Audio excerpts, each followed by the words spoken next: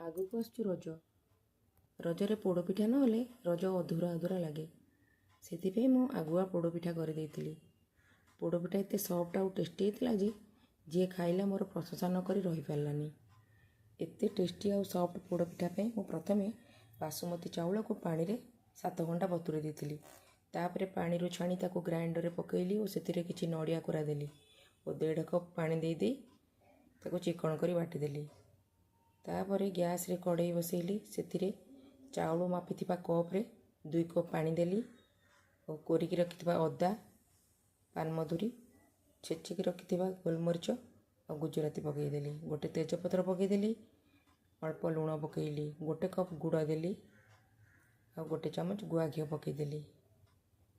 ପାଣି ଫୁଟୁଥିଲା ବେଳେ ବାଟିକି ରଖିଥିବା ଚାଉଳ ପିଠଉକୁ ଧୀରେ ଧୀରେ ପକାଇଲି ଆଉ ଗୋଟେ ହାତରେ ପିଠଉକୁ ଏମିତି ଘାଣ୍ଟୁଥିଲି, ନାଇଁ ତ ଲମ୍ସ ପଡ଼ିଯିବ।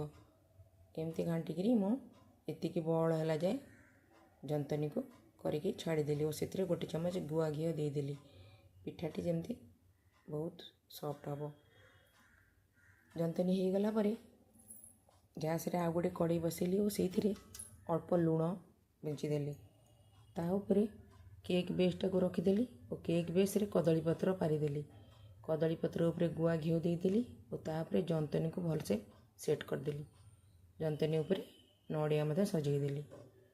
ତା ଉପରେ ପୁଣି ଗୋଟିଏ କଦଳୀପତ୍ର ଦେଇ କଡ଼େଇରେ ଢାଙ୍କୁଣୀ ଦେଇଦେଲି ଓ ତାକୁ ସିମ୍ରେ 1.5 ଘଣ୍ଟା ଯାଏ ବେକ୍ ହେବାକୁ ଛାଡ଼ିଦେଲି। 1.5 ଘଣ୍ଟା ପରେ ପୋଡ଼ପିଠା ହେଇଯାଇଥିଲା। ପୋଡ଼ପିଠାର ଆରପଟ କଡ଼ା କରିବା ପାଇଁ ମୁଁ ଗୋଟେ ତାୱାରେ କଦଳୀପତ୍ର ଦେଲି ଓ ତା ଉପରେ ଗୁଆ ଘିଅ ଟିକେ ମାରିଦେଲି ଓ ତାକୁ 5-10 ମିନିଟ୍ ସେକିଦେଲି। ଆରପଟଟି ମଧ୍ୟ କଡ଼ା ହେଇଗଲା।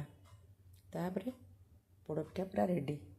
ପୋଡ଼ପିଠାକୁ ପୁରା ଥଣ୍ଡା ହେଲା ପରେ ତାକୁ ମୁଁ ଏମିତି ପିସ୍ ପିସ୍ କରି କାଟିଦେଲି। ଦେଖନ୍ତୁ କେତେ ସଫ୍ଟ ହେଇଛି, ବହୁତ ଟେଷ୍ଟି ମଧ୍ୟ। ଆପଣମାନେ ଏମିତି ପୋଡ଼ପିଠା ବନାନ୍ତୁ।